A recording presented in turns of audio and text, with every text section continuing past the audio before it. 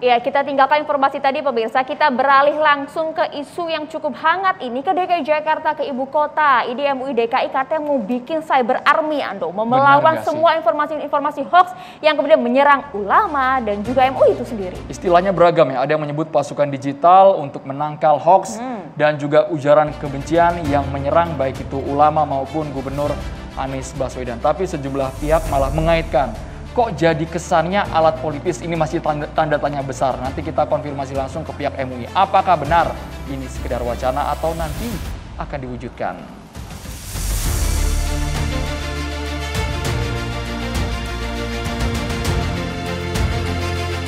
Dan kami minta seluruh masyarakat Jakarta jangan mudah terprovokasi. DKI Jakarta ini kota yang plural, kota yang heterogen ya. Ya, tidak ada arahan khusus Pak ya, tidak ada arahan khusus. Tidak ada arahan, kami menghormati semuanya dan kita sekarang ya masih terus berjuang melawan pandemi Covid. Ini juga dikaitkan dengan pernyataan anggota DPRD DKI Jakarta, Anggara Wicitra, yang menghubungkan dengan dana hibah dari RAPBD tahun 2022 khusus untuk MUI, jumlahnya dianggap lebih besar daripada organisasi yang lain. Ya, kalau dilihat ini disampaikan oleh anggota DPRD fraksi PKS. Kalau untuk MUI informasi ada 10 miliar, kemudian mengapa untuk kedua organisasi atau ormas lainnya itu 1,8 untuk Muhammadiyah atau 2 miliar untuk NU itu berdasarkan proposal dari mereka atau Bapak Muhammadiyah dan NU ini kan sangat besar dan kegiatannya sangat banyak. Nah, maksudnya jangan-jangan bahwa sebenarnya butuhnya itu 15 miliar. Karena kalau misalnya kita lihat ada forum ulama dan habaib, mereka dapat 1,5 gitu kan. Nah, ini kan organisasi yang sangat-sangat amat besar dibandingkan organisasi-organisasi lain. Dipertanyakan anggaran dana hibahnya ini, Andro. Tapi kalau misalnya kita bahas juga tidak hanya PSI ini kan kencang sekali kemudian mengomentari mengenai dana hibah ini. Tapi informasinya PSI juga terima dana hibah dari DPRD DKI. Dengan jumlah 2,7 miliar, meskipun sudah dibantah oleh ketua penggara program tersebut, ketua DPW, bahwa itu duit 2,7 miliar itu bukan untuk PSI, tapi untuk acara yang konteksnya kenegaraan, Indonesia Forum Youth. Kita nanti akan konfirmasi langsung kepada para narasumber kita. Siapa saja Maria yang sudah hadir? Langsung saja kita kenalkan, ada Maman Imanul Haq, anggota DPR RI fraksi PKB. Selamat malam, Assalamualaikum Kang Maman. Dan juga ada Anggara Wicitra Sastro Mijoyo, anggota DPRD DKI Jakarta fraksi PSI dan juga Wakil Ketua Komisi E. Selamat malam. Kami juga menghadirkan, Assalamualaikum, selamat malam, Bapak Faiz Rafdi Husnan, Kabid Infokom MUI DKI Jakarta. Assalamualaikum Bapak. Dan juga Bapak Syarif, anggota DPRD DKI Jakarta, fraksi Partai Gerindra. Assalamualaikum, selamat malam. Waalaikumsalam. Semangatnya luar biasa. Kami juga terhubung dengan Prof. Henry Subiakto, staf ahli Menkominfo yang tersambung melalui Zoom. Ini lokasinya sepertinya di Bogor, Jawa Barat. Selamat malam Prof. Henry. Prof. Henry. Assalamualaikum. Selamat malam. Semoga Prof. Henry jaringannya aman dari awal sampai dengan akhir ya. Ya, nanti akan mengikuti jalannya diskusi kita di catatan demokrasi. Langsung saja tanpa lama-lama, terus saya ingin ke Bang Ara ini. Bang Ara, kencang sekali kemarin mengomentari mengenai dana hibah ini, kemudian dihubungkan juga dengan mengapa MUI ini dananya cukup besar. Anda kemudian melihat ini ada hubungannya dengan pembentukan cyber army tersebut? Ada hal politis di sana? Ya. Pertama-tama terima kasih Ustadz Faiz, Bang Syarif, Kang Maman yang saya hormati. Jadi memang semangat pemberian hibah ini kami melihatnya ada beberapa hal yang harus terpenuhi. Pertama adalah yang pasti pemberian hibah ini diberikan kepada lembaga atau entitas yang membantu tugas pemerintahan. Nah, kami jadi bertanya, kenapa MUI menerima dana yang lebih besar dibanding NU dan Muhammadiyah yang secara jumlah anggotanya kita sama-sama tahu begitu sangat amat besar dan kegiatannya lebih banyak. Jadi berdasar dari hal itu kami mempertanyakan.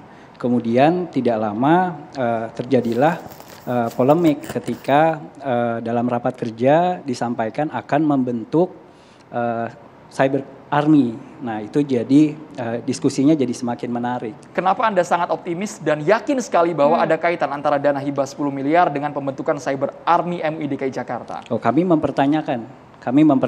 Kami tidak menjudge karena kami ada dugaan ke sana? Kami butuh klarifikasi. Karena begini, Menurut kami statement tersebut itu sangat amat politis karena menyebut ulama dan Gubernur DKI Jakarta Pak Anies Baswedan.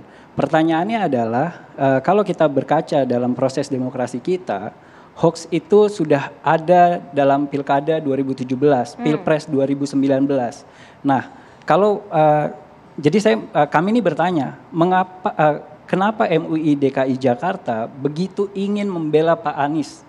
Nah, Pak Anies dalam posisi sebagai apa? Gubernur DKI Jakarta, tokoh muslim atau pemberi hibah. Karena kalau kita bicara tokoh muslim, banyak tokoh muslim yang diserang hoax juga. Saya ambil contoh, misalnya Presiden Jokowi, beliau muslim, beliau diserang hoax. Kemudian Pak Prabowo Subianto, beliau muslim, beliau diserang hoax. Tapi kita tidak melihat ada pembelaan itu.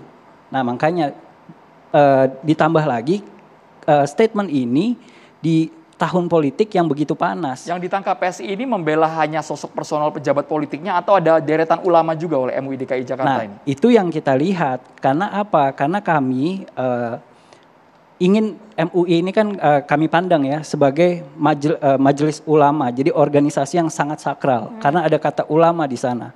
Nah, dan kalau kita baca fokusnya adalah fokus pembinaan umat.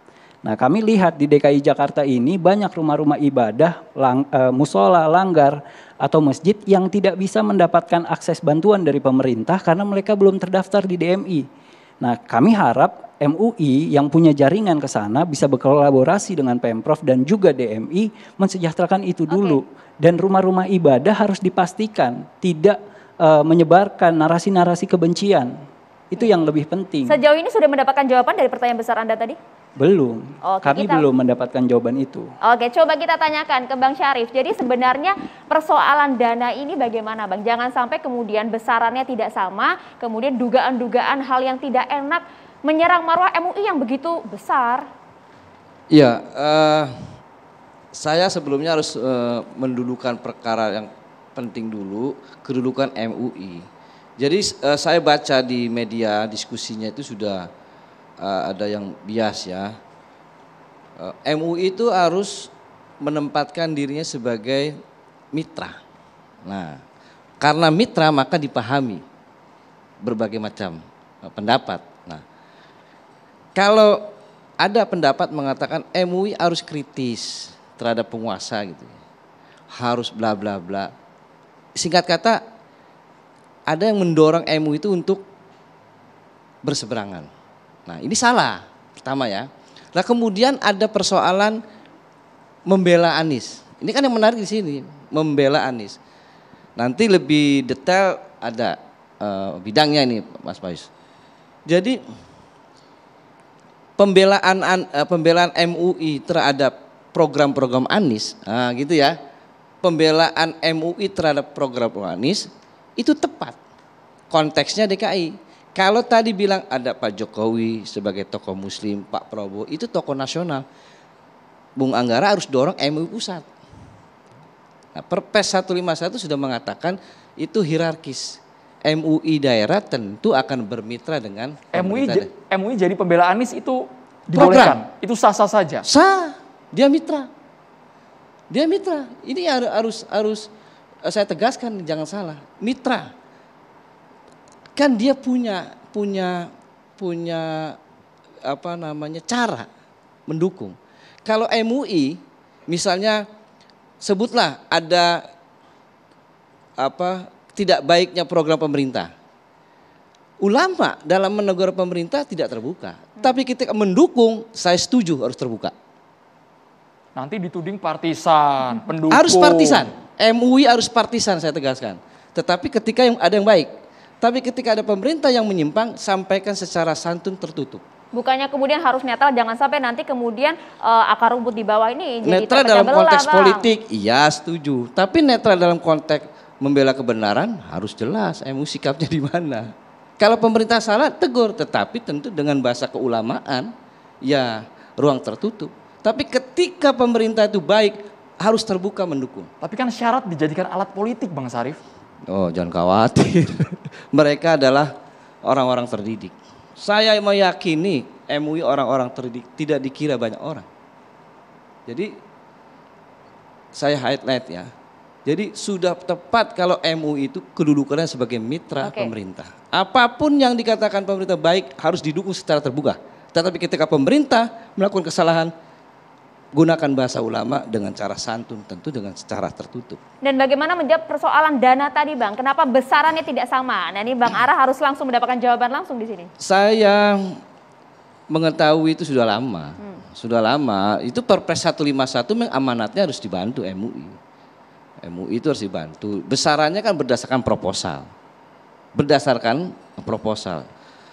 Di Komisi E dibahas, ujungnya itu persetujuannya itu 10 ya, 10 miliar koma. Lalu dibanding-bandingkan dengan yang lain. Saya termasuk orang yang membandingkan itu. Tidak setuju lah ya, perbandingan jauh. Tapi itu persoalan dana lah, itu persoalan politik budget ya, tidak ada kaitan dengan diskusi kita. Kalau ada mengkaitkan karena hibah lalu membuat army, ini yang menurut saya harus diluruskan. Ada Ustadz Faiz bisa menjelaskan. Saya kira itu. Karena kan posisinya kalau memang dana hibah itu dalam aturan juga tertulis jelas. Jangan sampai digunakan untuk kepentingan politik. Itu hanya untuk pengelolaan keuangan negara. Iya betul. Iya, mendukung program pemerintah politik bukan? Kan politiknya politik kebangsaan. Politik kebangsaan, jadi bukan politik kelompok. Apalagi dekat dengan Pak Anies.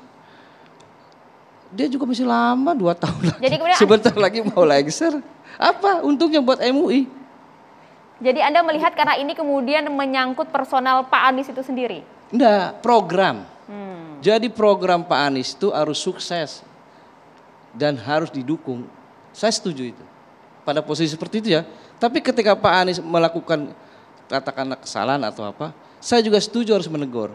Tetapi bahasa ulama yang saya tangkap tidak akan berbeda dengan yang lain. Kang Maman harus komentar ini. Kalau yang namanya mitra sah-sah saja untuk membela Gubernur DKI Jakarta, Kang Maman Imanul Haq. Ya, Majelis Ulama Indonesia itu lahir tanggal 26 Juli tahun 1975. Dia menjadi sebuah wadah di mana ulama, zu'ama, para pembesar masyarakat dan juga cendekia muslim kumpul untuk mengayomi, membina, dan membimbing umat. Poin itu yang sebenarnya harus dipahami bahwa majelis ulama itu lebih kepada hal bersifat edukasi. Jangan masuk ke wilayah-wilayah teknis, misalnya tiba-tiba bikin cyber army, dan itu adalah wewenangnya Polri. Nah itu yang justru akan menimbulkan kecurigaan sampai sejauh mana majelis ulama, kita tahu bahwa majelis ulama itu dikatakan oleh Hamka sebagai ketua MUI pertama, itu ibarat kue bika. Dia harus panas di bawah, panas di atas. Dia mengerti persoalan masyarakat, tapi juga bagaimana pemerintah. Jadi saya agak tidak setuju tadi Bang Syarif bilang bahwa MUI harus mendukung program dan sebagainya. Program yang mana dulu? Jangan sampai MUI nanti diperalat untuk kepentingan politik dengan lalu seolah-olah karena memberi dana hibah yang besar, akhirnya tidak berani mengkritisi. Balas budi begitu? Iya, ada persoalan besar di Jakarta. Soal banjir, soal lain sebagainya. Dan itu harus dijawab oleh MUI dengan fatwa tentang bagaimana orang harus menjaga lingkungan hidup, membuang sampah jangan sembarangan dan sebagainya. Itulah fungsi MUI, mencerdaskan umat. Bukan ikut terlibat mendukung secara politis, karena nanti dana hibah itu akan dipertanggungjawabkan. Itu yang pertama. Yang kedua, MUI itu sama dengan NU Muhammadiyah, statusnya itu ormas biasa. Ya. Jadi tidak boleh ada orang yang mengistimewakan. Saya kencang di media hari-hari ini untuk menolak pembubaran MUI. Saya tetap MUI harus ada, tetapi saya ingin MUI pun diaudit keuangannya, dibenahi manajemennya, termasuk dia dipertanyakan siapa yang layak menjadi anggota MUI. Jadi jangan sampai ada orang yang nggak paham bagaimana memahami agama sebagai energi untuk transformasi dan perdamaian. Orang-orang terdidik Kang Maman tadi sudah dijawab kan? Iya, tetapi pertanyaannya apakah secara selektif MUI itu sudah mewakili orang terdidik? Jangan-jangan ada orang yang karena mohon maaf Pak Kiai Faiz pengangguran, lalu dia dagang di depan kantor MUI karena nggak ada orang yang dari kampung jadi pengurus MUI. Itu yang bahaya. Pernyataan ini harus nanti ditanggapi langsung oleh Kiai Faiz. Iya, makanya saya hanya ingin mengatakan, saya kenceng Pak di DPR, di media bisa dicek. MUI harus tetap ada, tapi tolong orang yang jadi pengurus NU harus yang paham bagaimana agama, paham bagaimana kekuatan transformatif dan perdamaian, dan juga kemampuan mengkomunikasikan edukasi terhadap masyarakat, termasuk edukasi bahayanya hoax. Jangan sampai ada anggota MUI fatwa malah di pusat akhirnya terjaring teroris. Jangan sampai ada anggota MUI, Bang Ara tadi sahabat saya bilang, ibu-ibu saya sering dengar ada khutbah di sini yang jelek-jelekin waktu ingat pilkada pertama di Jakarta yang hoaxnya paling banyak. Justru tersinyalir. Saya sebagai anggota Komisi 8, saya bilang ketika itu, saya bilang orang yang nggak ngerti agama pasti menggunakan agama untuk alat memecah belah, menjelek-jelekan orang yang berbeda dengan dirinya. Kita tidak sebab dengan hal itu, tapi kita harus dengarkan bagaimana nanti tanggapan langsung klarifikasi dari MUI DKI Jakarta usai jeda sesaat lagi di Catatan Demokrasi.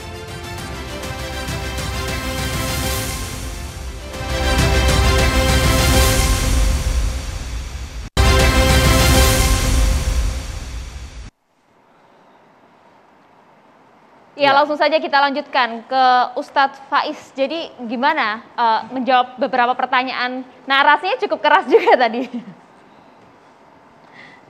Ya, terima kasih. Assalamualaikum warahmatullahi wabarakatuh. Selamat malam, Kang Maman, Mas Anggara, Bang Syarif. Ini isu berkembangnya agak blunder. Pertama, berkenaan dengan tanda kutip istilah cyber army. Itu pada saat kami rakor Infocom di 1 bulan yang lalu, waktu itu Ketua Umum Kiai Haji Munahar Muhtar menyebutkan pentingnya Infocom MUI DKI Jakarta membentuk satu tim, tanda kutip waktu itu, semacam cyber army. Jadi tidak menyebut cyber army, semacam cyber army. Jadi kalau bapak-bapak ikutin 2-3 hari ini wawancara ketum, itu sangat jelas. Tidak menyebut spesifik cyber army. Tujuannya apa? Tujuannya tentu kita sama-sama tahu berkenaan dengan hoax. Tadi Kang Mama nyebut salah satu tugas MUI adalah pembinaan umat. Ini kaitannya literasi digital, kaitannya hoax itu kan sudah memprihatinkan.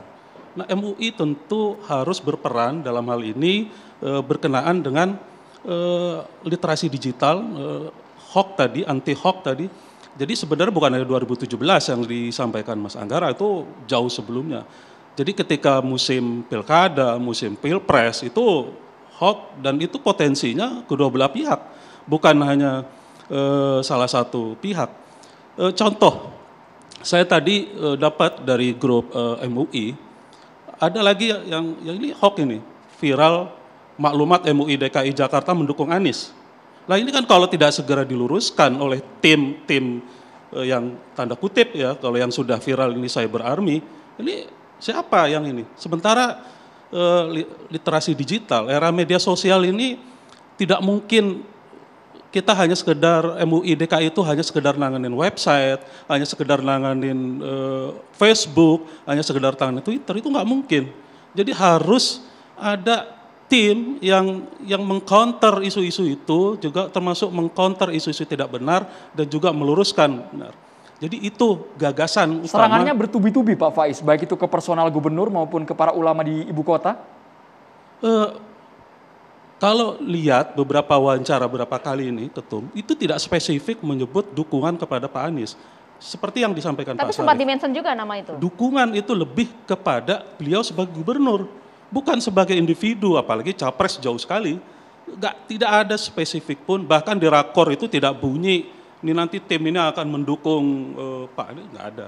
Mendukung tokoh tertentu nggak ada. Siapapun tokoh yang disampaikan oleh ini yang dianggap oleh MUI DKI memajukan DKI Jakarta sesuai dengan nilai-nilai ajaran agama, itu yang kita dukung. Jadi tidak spesifik, jadi agak blunder, apalagi dikaitkan oleh hibah. Dikaitkan hibah, ini tentu Mas Anggara yang anggota Dewan ini paham. MUI DKI dihubungkan anggaran itu seolah-olah Pak Anies itu memberi anggaran tahun ini, itu salah besar. Anggaran itu jauh sebelum Gubernur Pak Anies, Pak Ahok, Pak Fauzi Bowo, itu MUI DKI Jakarta. Besarannya berapa? Variatif, bahkan sebelum waktu pandemi awal turun. hanya sekitar 5 atau berapa gitu. Sekarang naik mungkin karena dianggap sudah stabil. Saya nggak punya data persis ya, mungkin saya perlu tanya.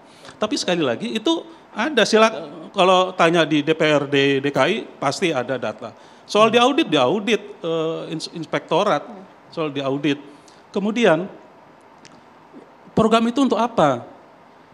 Tentu Kang Maman tahu, karena yang memang mengawal kaitannya MUI secara umum.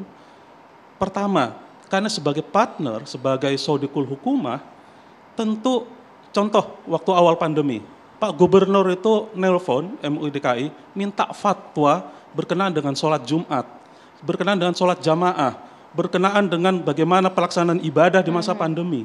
Dan MUI DKI bisa dicek, itu mengeluarkan fatwa pertama kali yang kemudian dijadikan konsideran fatwa MUI Pak Faiz, sebentar, soal tadi 10 miliar ini apakah ada spesifik untuk digunakan cyber army atau tidak? Oh, nggak ada. Nggak ada sama sekali? Silakan aja dicek, nggak ada. Jadi apalagi jelas, ini gagasannya kan baru 1 bulan yang lalu dan belum terbentuk. Kalaupun hibah kan sudah berjalan nih. Kita sudah sedang laporan hibah tersebut. Jadi kalau kemudian hibah itu dipakai cyber army, tanda kutip cyber army ya, sekali lagi kami tidak pernah menamakan sebagai cyber army. Bahkan pada waktu rakor itu ada istilahnya mujahid digital, mujahid sabar. Tadi sore Pak Azumardi menyebutnya juga dengan istilah yang dai cyber atau apalah. Yang substansi kerjanya adalah pembinaan umat dalam hal literasi digital. Jadi jauh. Mas Ara, literasi digital toh. Dan ini bahkan sudah, dana hibah ini sudah ada sejak zamannya Pak Fauzi Bowo. Saya tambahkan, kaitannya dengan dana hibah. Di MUI sejak dulu ada program PDU, Pendidikan Dasar Ulama. Ada program PKU, Pendidikan Kader Ulama.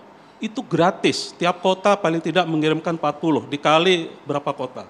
Itu gratis. Untuk apa? Yang tadi disampaikan Mas Anggara adalah untuk mengisi masjid-masjid ini yang supaya lebih kepada wajah Islam wasatiyah itu dilatih. Dan yang mendidik profesor, kiai-kiai tentu saya dari izin membaca saya kira begitu. Siap, makasih Pak Ustadz. Jadi saya coba baca ya data penerimaan hibah MUI dari tahun 2018. Jadi saat itu MUI terima 7,2, kemudian di 2019 terima 10,56. Nah di 2020 usulannya adalah 11,29. Tapi karena refocusing anggaran terimanya kalau nggak salah 5. Nah sekarang itu terimanya 10 lagi.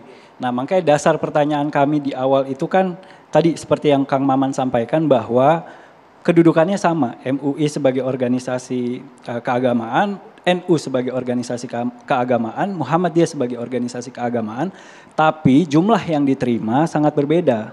Karena kalau proposal yang masuk, tadi Pak Ustadz sampaikan, saya nggak tahu spesifik, karena itu tadi baru dirakorkan. Tapi kegiatan Infokom dan lain-lain itu ada angkanya. Cuman kegunaannya untuk apa? Ya kan teman-teman yang dipersoalkan jumlahnya atau penggunaannya? Jumlah dan penggunaan. Kalau jumlah yang kami pertanyakan mengapa sangat jauh berbeda dengan NU dan Muhammadiyah yang secara keanggotaan jauh lebih besar dan banyak. Nah kemudian baru kita masuk ke penggunaannya untuk apa. Dan saya mau menyoroti momentumnya. Karena kalau tadi Pak Ustadz sudah sampaikan bahwa hoax ini berlangsung lama, tapi kenapa sekarang? Kenapa baru hari ini gitu? Kenapa baru sekarang baru mau ada program itu? Dan secara spesifik ini kutipan di media ya Pak Ustadz, maksudnya yang jadi polemik ini kan karena nama Pak Anies Baswedan. Tadi Pak Ustadz sudah menjawab dalam kapasitasnya sebagai gubernur gitu. Dan kami melihat MUI ini harusnya jadi mitra pemerintahan daerah. Yang kalau bahasa pemerintahan dalam undang-undang berarti eksekutif dan legislatif. Gitu. Kita akan dengarkan dulu bagaimana tanggapannya Ustadz. Kalau pertanyaannya kenapa besarannya berbeda, salah alamat. Karena kebijakan itu di Pemprov dan DPRD. Jadi kalau tanya kenapa kok MUI dapat 10 M, Muhammadiyah dapat sekian M, saya nggak bisa jawab, mohon maaf. Itu ranahnya Pemprov dan ranahnya DPRD, itu satu. Kalau kemudian tadi kaitannya kegunaannya apa, tadi udah dijelaskan. Bidang Infokom memang ada kegiatan, jumlahnya kecil. Paling dalam praktik yang untuk tahun ini paling hanya sekitar 50 juta. 50 juta itu untuk maintenance web, untuk medsos, untuk yang lain-lain itu jelas kurang. Kemudian tadi kaitannya Pak Anies, sudah jelas Pak Ketum, itu Kiai Ketum tidak pernah menyebut secara spesifik mendukung Pak Anies. Tapi lebih kepada bagaimana kita mitra, mengawal, yang tadi disampaikan oleh Pak Syarif. Kalau ada yang kurang pas ya kita ingatkan, tapi tokoh siapapun yang akan memajukan Provinsi DKI Jakarta, itu kita dukung. Jadi ya ke sana, kalau tadi sekali lagi tanya anggaran saya nggak paham. Siap, saya coba luruskan ya. Kalau pertanyaan itu memang bukan untuk Pak Ustadz Faiz, bukan. Maksudnya untuk pemerintah Provinsi DKI Jakarta dan juga Pak Gubernur. Karena Pak Gubernur sebagai pemberi kuasa hibah, kenapa angkanya jauh berbeda itu? Ya, berarti mungkin Bang Syarif bisa menjawab mengapa kemudian MUI, NU dan juga Muhammadiyah sama-sama ormas Islam, angkanya mengapa berbeda? Bisa dijelaskan, Bang? Ya pertama harus dicatat bahwa MUI ini agak beda dikit. Kalau sama agak beda. Ada perpresnya, Perpres 151 tahun 2014 yang ditekan Pak SBY. Sementara yang lain tidak ada amanat Perpres. Satu hal yang penting. Kedua, soal besaran itu menurut saya bergantung dari yang mengusulkan. Coba di tracing lagi. NU berapa pada saat mengajukan proposalnya, kemudian Muhammadiyah berapa, kemudian masuknya di tahapan apa ketika keuangan itu belum mumpuni. Sementara kalau ngikutin kebiasaan nih, kalau saya bilang tahap-tahap kebiasaan MUI 10, 7, 5, balik lagi 10, saya meyakini tidak akan lebih dari 10. Jadi tergantung yang mengusulkan. Ini harusnya DPRD sama-sama tahu. Saya coba mengklarifikasi ya, karena saya ikut rapatnya gitu. Nah karena kalau kita baca data tadi dari tahun 2018, NU dan Muhammadiyah itu dapatnya 1,7, 1,4. Kemudian di 2019 2,1, 2,0. Padahal proposalnya kalau kita pelajari, NU itu butuhnya 24 miliar. MUI butuh 10 miliar langsung dikasih.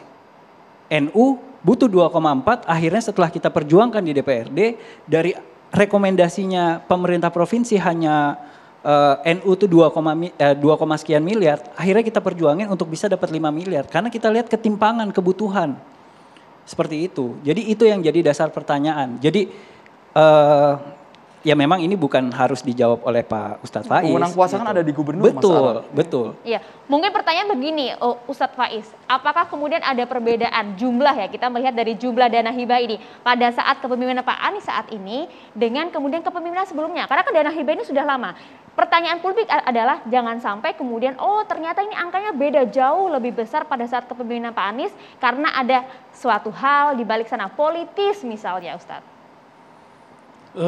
Saya tidak bisa menjawab itu karena saya ada di periode saat ini. Kalau periode yang lalu mungkin bisa dicek DPRD, saya kira punya data pasti ya. Jadi kalau ditanya besarannya berapa, saya kira teman-teman DPRD punya data pasti. Tapi sekali lagi yang ingin kami tegaskan bahwa hibah itu bisa dipertanggungjawabkan. Kemarin itu diaudit. Apalagi kalau dihubungkan tuduhan-tuduhan untuk cyber army, waduh jauh sekali, dibentuk aja belum, baru gagasan, kaitannya tadi pembinaan literasi digital umat, kemudian supaya umat ini melek, ulama ini melek, tidak gagap, medsos. Sekarang kan maaf ya, ada contoh menarik, misalkan yang viral, wudhu jika diusap kepala, tangan ini akan meningkatkan enzim saltonik. Itu hoax. Nah, kalau ulama kemudian menyebarkan ke umat, itu difahami. Memang wudhu itu bagus. Tapi kalau kemudian itu difahami, itu kan bahaya. Dan itu peran MUI. Karena jangan sampai kemudian MUI kemudian dianggap sebagai buzzer juga karena mendirikan cyber army ini oleh masyarakat. Itu silakan orang lain menilai buzzer. Tetapi sekali lagi tidak ada di rakor Infocom itu menyebut-nyebut MUI membentuk buzzer. Tapi sekali lagi lebih kepada satu tim cyber. Usulannya banyak. Ada Mujahid Digital, tadi Prof. Azumardi juga ada Mujahid Cyber, ada Dai Digital. Yang substansinya adalah bagaimana mencerahkan umat dalam hal literasi digital. Syiar Islamnya literasi digital, Mas Ara. Kami saya harus memberikan bantahan bahwa kami tidak menuduh. Karena kami mempertanyakan. Jadi kalau dalam bahasa Islam kami sedang bertabayun. Karena kan ini berita yang jadi polemik karena kutipan-kutipan ya kan? Makanya kami sedang bertabayun dalam proses ini. Sama sekali kami tidak menuduh. Bahasa Kang Maman, bahasa saya sama sekali kami tidak menuduh. Kami mempertanyakan karena penggunaan hibah yang berasal dari APBD wajib dipertanggungjawabkan. Betul, ada auditnya.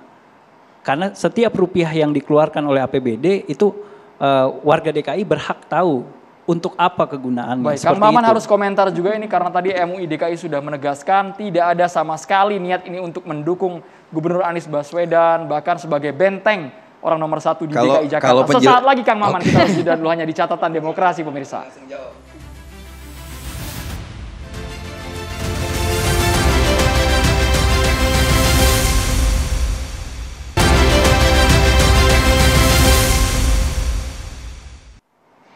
Oke, kita lanjutkan perbincangan kita. Sebenarnya menjadi permasalahan ini kan karena sebutannya mungkin ya, terus Cyber Army begitu yang akan dibentuk oleh MUI DKI. Agak-agak ngeri ya, dianggap seksi memperuncing juga masalah namanya. di bawah ya, Betul, Maria, ya? Kita akan langsung tanyakan sebenarnya apa Cyber Army yang dimaksud ini dengan Prof. Henry Subiakto selaku Guru Besar Komunikasi Universitas Erlangga dan juga staf ahli Menkominfo. Selamat malam, Assalamualaikum Prof. Henry.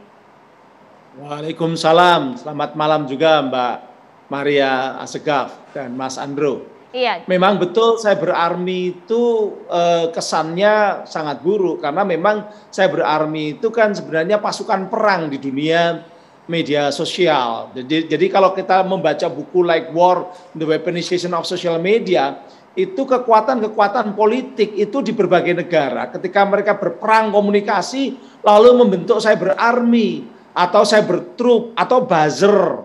Kadang-kadang disebut kalau agak berbau muslim itu mujahid cyber dan sebagainya. Tapi intinya itu perang. Itu untuk perang komunikasi. Dan kalau perang itu berarti memperbolehkan untuk memenangkan pihaknya dengan berbagai macam cara. Ini yang kenapa lalu persepsinya menjadi buruk ya, karena menggunakan istilah Cyber Army. Tapi akan berbeda kalau misalnya ya, yang seperti yang dilakukan oleh Infocom MUI Pusat. Infocom MUI Pusat itu sebenarnya berat juga ketika kemarin ada anggota yang di MUI yang kena persoalan dengan Densus 88. Tapi kemudian Pak Miftahul Ahyar, Kiai Miftahul Ahyar itu justru program yang dilakukan oleh teman-teman Kominfo MUI Pusat itu menekankan tentang literasi digital, yaitu apa? Membangun kesadaran digital umat muslim, terutama yang terkait dengan MUI, untuk membuat semacam pelatihan konten kreator supaya ada konten-konten positif yang diciptakan. Sebenarnya kan hampir sama, tapi bahasanya kan beda. Untuk meningkatkan cinta tanah air, meningkatkan hubul waton minal iman, dan meningkatkan kecintaan pada NKRI, bagian dari iman tadi. Nah, hal-hal seperti itu tentu tidak kontroversi ya. Bahkan banyak dukungan atau katakanlah apresiasi karena kebetulan di satu sisi ada masalah itu. Tapi ketika namanya Cyber Army, yaitu akan memunculkan persepsi yang buruk. Dan ini nanti Cyber Army-nya siapa? Kalau katakanlah MUI DKI membuat Cyber Army untuk Pak Gubernur, kemudian Pak Gubernur itu berkeinginan maju, katakanlah begitu ya, menjadi pimpinan yang lain, katakanlah begitu. Nanti ada gubernur yang lain juga menggunakan MUI-nya yang di daerah mereka, provinsi mereka. Nah, akan menjadi tidak bagus gitu ya.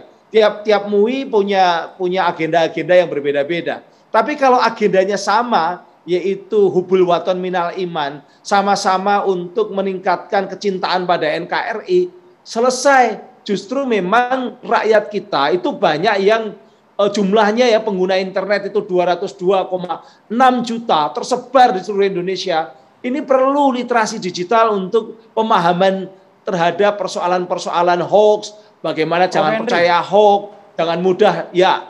Kalau seandainya memang agendanya untuk menangkal serangan para buzzer, menangkal hoax, ujaran kebencian yang ada di ibu kota, baik itu menyerang secara personal gubernur maupun ulama, kan sah-sah saja itu di-handle oleh MUI, Infocomnya. Meluruskan informasi yang masuk ke MUI.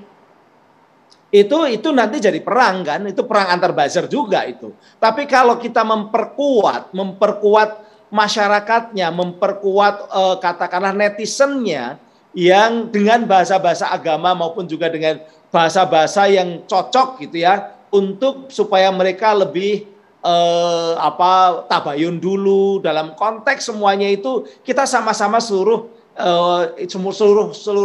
pelaku itu adalah umat Islam Indonesia atau warga negara, minimal kalau enggak ukhuwah Islamiyah, ukhuwah watoniyah, sama-sama satu negara Indonesia. Minimal juga kalau enggak ada satu negara pun ada ukhuwah basariyah, yaitu satu sama-sama umat manusia. Ini kecintaan ini yang perlu kita tingkatkan dalam konteks yang memang media sosial itu isinya sekarang udah seperti perang. Isinya hampir seperti perang dan ada pembelahan-pembelahan. Lah mau MUI mau ikut di mana? Mau ikut di dalam pembelahan itu akan menjadi persoalan tersendiri nanti. Makanya lebih baik adalah meningkatkan kecintaan netizen itu kepada NKRI. Gitu. Prof. Henry, bahasanya mungkin narasinya jangan perang lah, meluruskan informasi kalau MUI DKI bilang kan? Iya, tapi kan kenyataan realitas sosialnya di media sosial itu dalam buku yang ditulis oleh Steve dia dari ini ya, bukunya namanya Like War, The Weaponization of Social Media. Ditulis oleh saya lupa. Itu buku itu menyebutkan bahwa di berbagai negara media sosial itu seperti perang. Itu. Nah, Prof. kalau Henry. seperti perang, kenapa? Karena ada perang-perang komunikasi untuk memenangkan pihak-pihak tertentu. Itu terjadi di Amerika sampai kemudian muncul yang namanya kasus tanggal 6 Januari tahun ini ya, yang gedung Capitol diserbu. Ada terjadi juga di berbagai negara termasuk di Inggris, di Suriah, di Irak. Ini perang. Nah, Indonesia jangan sampai membiarkan itu. Justru para tokoh-tokoh ini ayo mendinginkan dengan cara tadi, mencintai Indonesia, mencintai NKRI, hubul waton minal iman, begitu. Baik, Bang Syarif tanggapan lu sebelum ke Kang Maman nanti. Ya, yang dijelaskan oleh Profesor Henry ya, itu teoritik. Teoritik. Jadi saya tadi katakan konteksnya adalah kedudukan MUI sebagai mitra. Itu dulu. Nah, kemitraan yang dibangun oleh MUI itu sesuai dengan Perpres, misal sebutannya adalah membangun partisipasi dalam pembangunan. Ininya. Bang Syarif, tapi jangan sampai kemudian tadi yang disampaikan. Teoritik, saya nanti setuju, MUI semua digunakan setuju. oleh daerah-daerah lainnya loh. Saya 100% setuju, tidak akan membantah yang disampaikan Profesor. Tetapi ini konteksnya adalah kedudukan MUI. Kalau yang disarankan oleh Profesor tentang kewatonian, itu normatif, sudah dilakukan. Oleh Kesbangpol sudah, dan banyak. MUI sedang mencari bentuk kegiatan yang didasari pada hoax, dukungan. Saya katakan tegas lagi, dukungan halal, dukungan kepada pemerintah, pada program pemerintah halal, nggak ada masalah. Kang Maman, dukungan halal Kang kepada Nggak pemerintah dari diharamkan. MUI. Kalau memang seperti itu, maka jangan membangun buzzer, jangan membangun cyber Jadi army. sebutannya apa, tapi Prof? menggunakan influencer. Cyber army itu biasanya di dalam dunia media sosial anonim. Satu, pertama anonim. Kedua, cyber army itu dia tidak mementingkan yang namanya katakanlah pengetahuan, karena dia hanya menggaungkan. Cyber army buzzer itu menggaungkan saja. Tapi kalau influencer, dia orang-orang yang memang memiliki karakter kualitas sehingga berpengaruh pada banyak orang, dan itu aja diajak.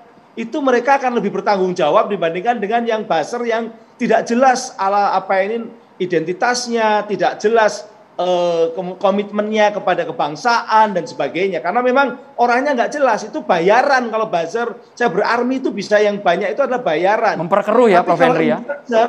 Itu profesi yang memang dia mempertaruhkan reputasi. Kadang-kadang influencer itu orang-orang yang bisa artis, bisa orang-orang yang memiliki kecakapan intelektual, bisa politisi juga, mempertaruhkan reputasinya dia. Ya, kalau sebenarnya kan gini Prof, kita akan setuju semuanya bahwa ada yang lebih bahaya dari sekedar virus COVID-19, yaitu virus akal budi. Saat post-truth menuju bagaimana orang dengan enak membuli, memfitnah, maka tujuan dari MUI pada konteks internal seperti itu kita pahami. Tetapi satu hal yang perlu kita pertanyakan, yang pertama dalam pesantren ada Hazanah Al-Insan Abdul Ihsan. Manusia itu selalu jadi budak bagi kebaikan. Kita ingin MUI tetap independen, kita tetap MUI tetap kritis. MUI terus mengajak amar ma'ruf nahi mungkar walaupun kepada orang yang memberikan bantuan hibah itu. Jadi jangan sampai walaupun tadi Bang Syarif bilang ada perpresnya SBY soal kedudukan MUI, tetapi independentas MUI itu tetap diharapkan. Nah yang ketiga adalah persoalan kita adalah soal amanah atau tidak. Makanya saya bilang berapapun Bang Ara, pemerintah daerah ini ngasih ke MUI atau NU sebagainya, itu diaudit. Bahwa Pak, saya kenceng tuh soal MUI dulu waktu sertifikasi halal lalu Komisi 8 menggesernya agar tidak hanya dominan MUI. Banyak yang menolak. Saya bilang nggak bisa, walaupun dia ulama, ustadz atau yayasan Islam apapun, audit itu, transparansi dan akuntabilitas soal keuangan itu, apalagi ini milik publik yang harus dipertanggungjawabkan di hadapan rakyat Jakarta, ini harus betul-betul dilihat. Jadi pada konteks ini menurut saya, tadi sebenarnya udah klarifikasi Ustadz Faiz bahwa ini kan baru wacana nih, baru wacana. Tapi jangan sampai nanti terjebak. Tiba-tiba MUI itu nggak perlu bikin cyber army. Kalaupun ada terdeteksi orang melakukan hoax dan sebagainya, kita sudah ada undang-undang ITE, kita udah ada Polri-nya dan lain sebagainya. Jadi nggak usah sulit-sulit kok MUI mau masuk ke ranah-ranah wilayah hukum dan lain sebagainya. Tapi bagaimana kemudian MUI meluruskan hal itu? Enggak. MUI meluruskan itu benar, tetapi tidak pada konteks kata Profesor tadi sebagai buzzer.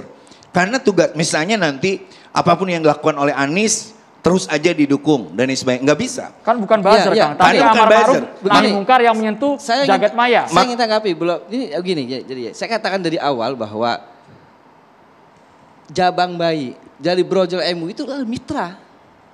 Saya tidak setuju. Bukan gitu Bang Syarif. Nanti dulu. Apa bedanya kalau saya tanya, apa bedanya NU, Muhammadiyah dan ormas-ormas lain dengan MUI? Oh sama.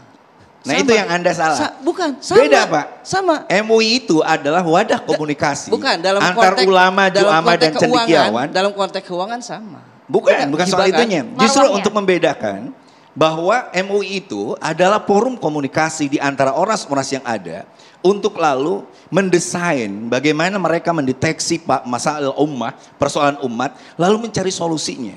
Dan dia tidak ada hubungannya sama penguasa. Makanya Hamka mengundurkan diri dari MUI ketika dia merasa bahwa Soeharto ketika itu menggunakan MUI untuk kepentingan dia. Nah itu yang seharusnya saya minta dari teman-teman MUI DKI. Iya, itu di berapapun dikasih oleh Anies Kang misalnya Maman, sebagai gubernur. Itu cash. Iya, Saya itu skripsi saya tentang MUI. Saya dalami, saya pernah ketemu Pak Lamsah, itu adalah cash, itu keprihatinan kita bersama. Keprihatinan makanya itu yang dipertahankan. Jadi jangan sampai bukan persoalan MUI jadi alat kekuasaan, jadi dipolitisir. MUI tetap harus menempatkan ulama sebagai orang yang memperkuat mundurnya Buya Hamka itu adalah penyelamat supaya umat Islam dengan MUI tutup akur. Baik. Dia memilih prinsip itu. Memilih prinsip itu mundur bukan karena intinya MUI harus independen Bapak ya Pak Faiz komentarnya. Ustaz Faiz. Di sana saya harus independen. Kita dengarkan Ustaz Faiz langsung. Mundurnya Buya Hamka bukan karena MUI ketarik dalam pusat kekuasaan, tidak.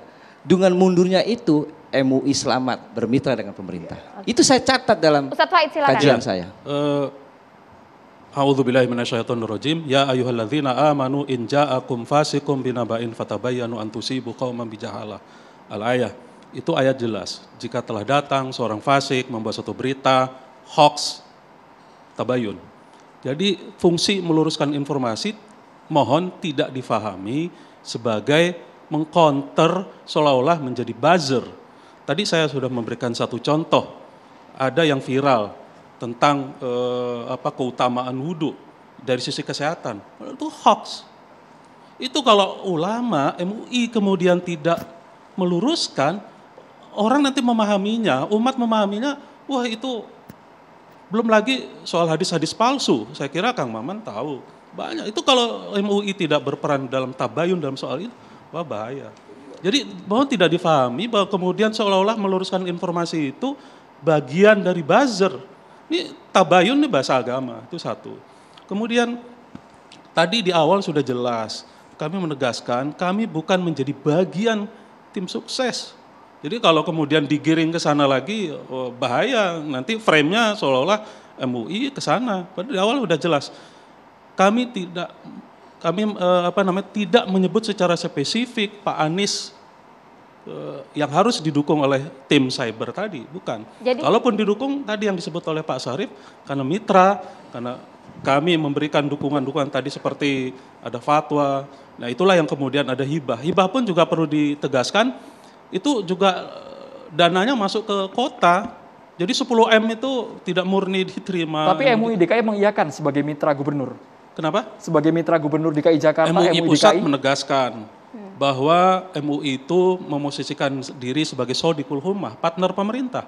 Itu jelas itu.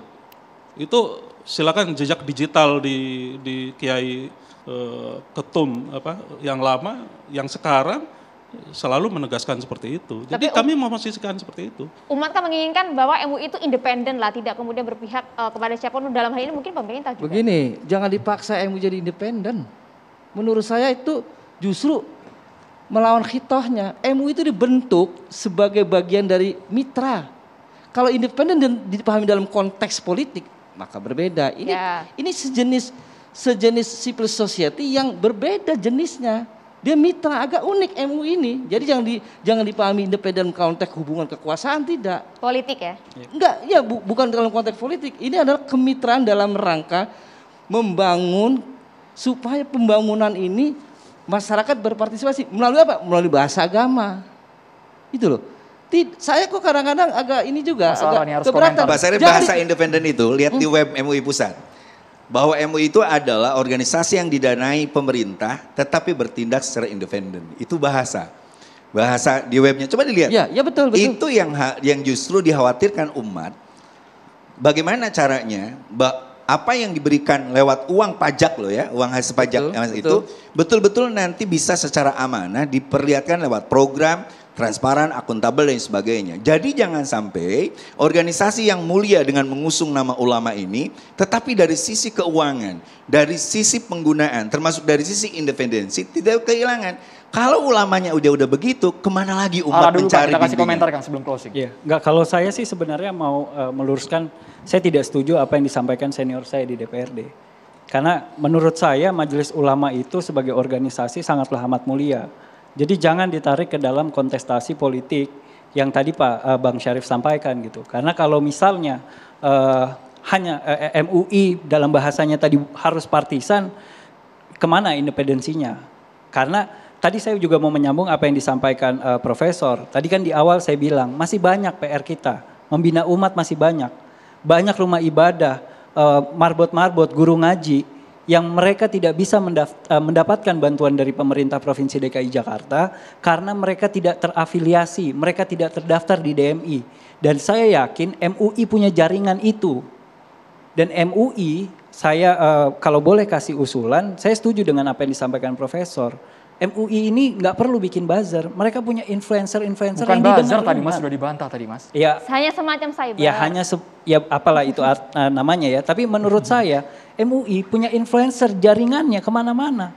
Di setiap langgar, di setiap musola itu. Tokoh agama, ulama. Iya ulama yang didengar oleh umat gitu. Ya, jadi supaya tidak makin blunder, pertama kami tidak menegaskan membentuk buzzer. Fatwa MUI jelas buzzer haram. Yang substansinya buzzer adalah membenarkan yang salah, menyalahkan yang benar. Sejak awal meluruskan informasi, tentu konteksnya bukan untuk perang informasi tadi. Sekarang ini ibu-ibu dapat berita, informasi, dapat pelajaran agama tuh dari media digital, media sosial. Nah itu kalau kemudian MUI tidak mengambil peran ke sana, siapa yang mengambil peran? Tentu mungkin ada NU, ada Muhammadiyah. Tapi ini kan banyak, umat ini banyak ini. Itulah pentingnya kenapa kami waktu di Rakor Infocom itu menyebutkan penting MUI ini mengambil ranah pembinaan umat dalam hal digital. Jadi MUI akan membanjiri media sosial dengan konten-konten positif. Sesaat lagi kita akan bahas bersama dengan Prof. Henry. Hanya di Catatan Demokrasi.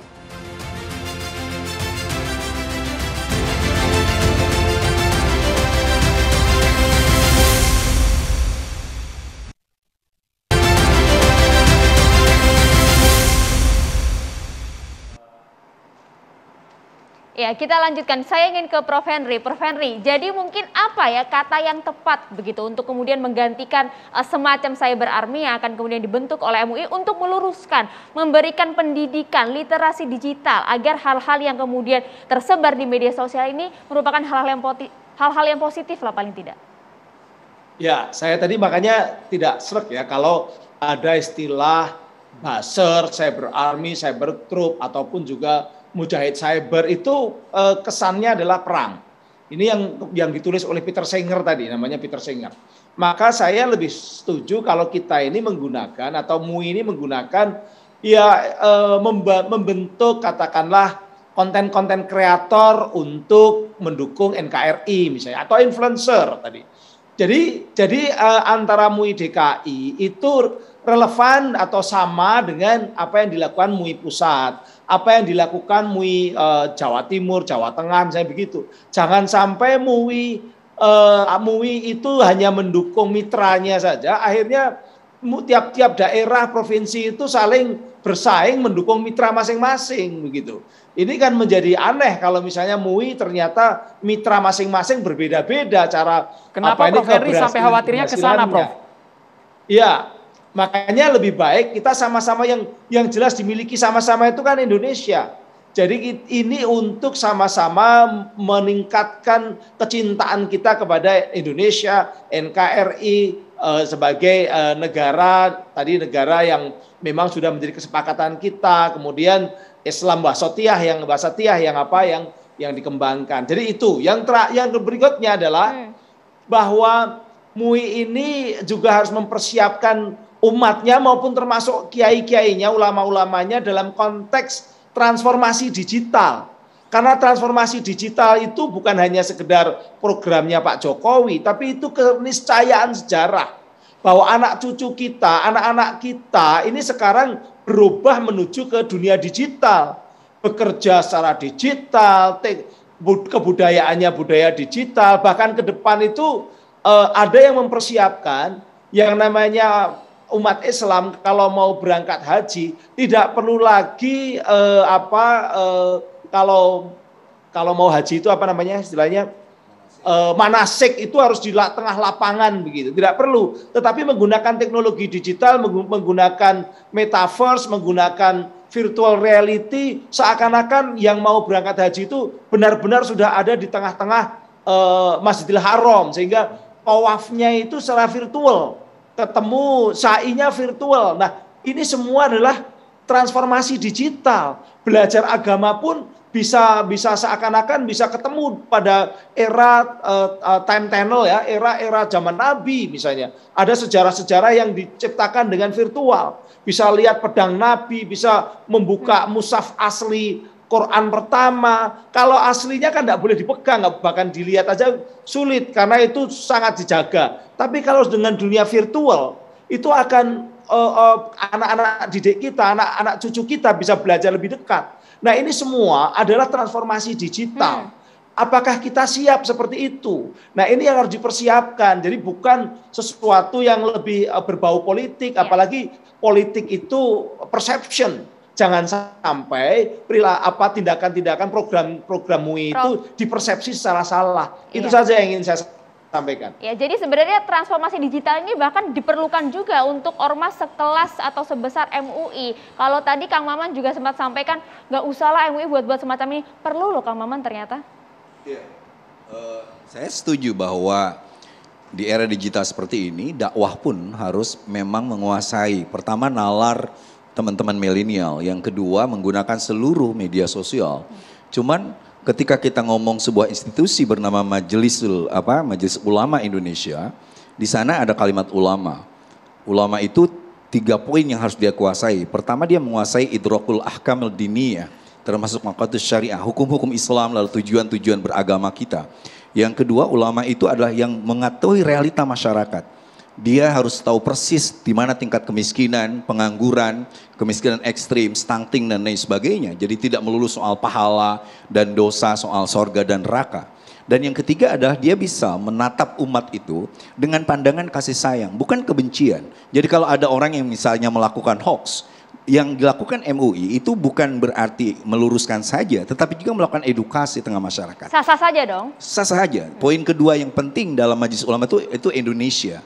Makanya lihat di ADRT-nya MUI itu bagaimana umat nanti diarahkan kepada nilai keberagamaan sesuai dengan Pancasila. Nah makanya yang penting, ini anekdot Gus Dur, ketika MUI membuat fatwa haramnya pluralisme, saya bilang seharusnya MUI jangan ada I-nya.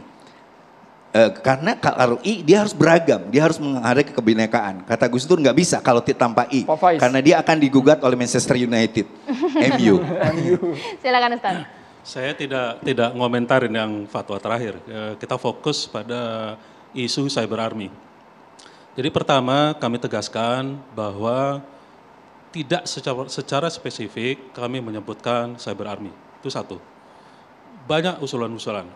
Terima kasih kalau tadi Prof memberikan masukan-masukan, itu bagian dari yang akan kita diskusikan di internal kita. Tapi sekali lagi tidak ada secara tegas, apalagi secara tegas kemudian mendukung, itu jauh. Kalau bicara partner, iya sebagai partner pemerintah. Tadi jadi kan saya konkret sudah saja secara singkat apa Pak Faiz nanti bentuknya? Saya ingin ngutip dulu satu ayat, A'udzubillahi minasyaitonirrajim, ud'u ila sabili rabbika bil hikmah wal mau'idhah wajadilhum billati ahsan. Itu 3 prinsip yang mungkin akan kita kembangkan. Pertama, bil hikmah dengan bijak, dengan keadaban, dengan santun. Hikmah itu juga berarti berasal dari kata hakama, hukum, bisa berarti pemerintah. Tentu bil hikmah ya harus sesuai dengan peraturan perundang-undangan. MUI nggak mungkin keluar dari itu. Itu satu. Jadi tim yang akan dibentuk ya harus sejalan dengan hukum dan perundang-undangan. Yang kedua mau'idhah, dengan nasihat. Tadi Kang Maman nyebutkan dengan edukasi literasi digital, itu penting. Banyak bukan hanya berita-berita hoax, tapi kemudian informasi-informasi yang sumir, kemudian pencerahan, itu mau'idhah. Wajadilhum billati ahsan, yaitu mujadalah. Mujadalah ya dalam hal era media sosial, mujadalahnya ya dengan argumen, dengan data, dengan tidak hanya sekedar menampilkan isu tapi tanpa data. Itu yang penting. Kalau tadi ditanya bagaimana bentuknya, ini baru 1 bulan yang lalu, ya kami baru diskusi-diskusi, ini belum nama saja udah heboh, nama saja sudah heboh, kemudian tim saja belum terbentuk. Kita tunggu nanti Pak Faiz realisasinya seperti apa. Catatan Demokrasi akan segera kembali sesaat lagi.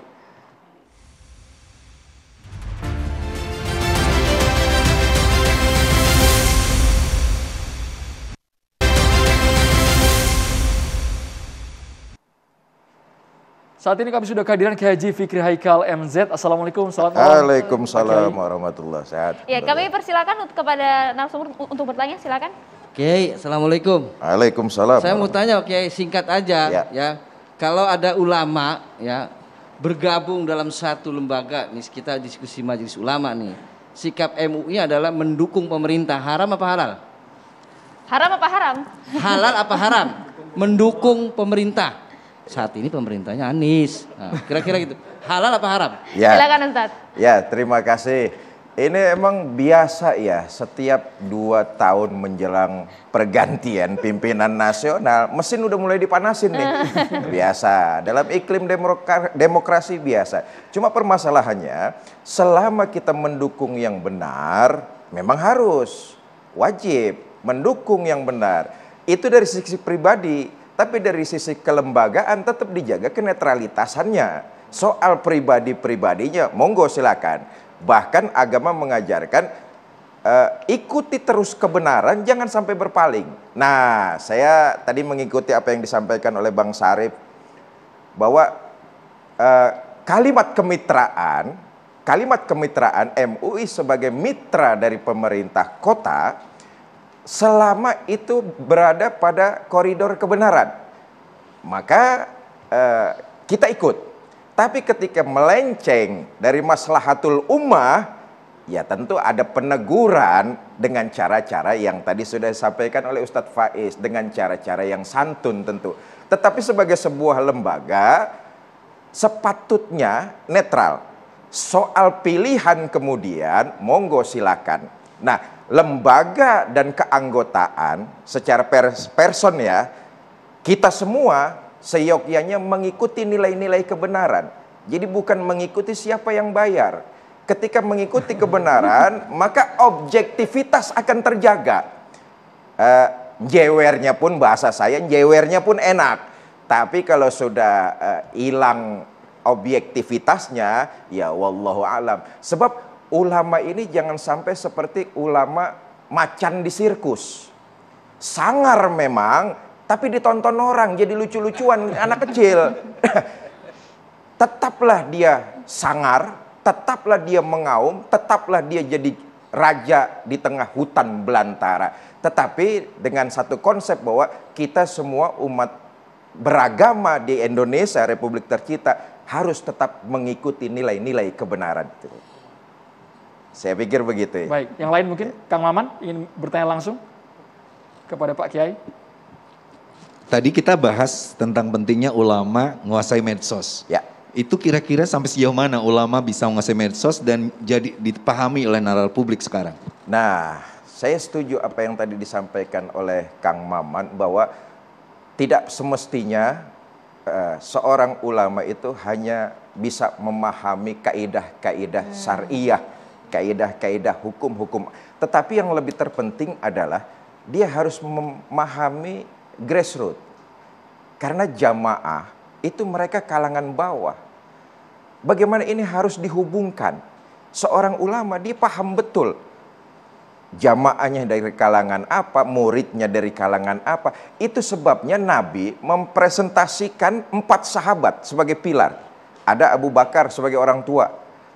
Ada Umar bin Khattab sebagai orang yang gagah perkasa. Ada Utsman bin Affan sebagai agnia. Ada juga Ali bin Abi Thalib sebagai pemuda. 4 pilar utama baginda Nabi mencontohkan, menggambarkan bahwa itulah yang ada di tengah masyarakat. Seorang pemimpin, apalagi ulama, dia seyogianya harus paham betul. Karena begitu dia akan menyampaikan satu pelajaran, satu materi, satu hukum, dia sadar bahwa tingkat masyarakatnya ini level 1, level 2, level 3, atau level 4. Jangan sampai menerangkan sesuatu yang jelimet, tetapi ternyata muridnya, jamaahnya, masyarakatnya nggak paham soal itu, mubazir. Itulah makanya harus paham betul. Saya pikir begitu. Pak Kiai, ada ulama yang dekat dengan pejabat politik. Ya.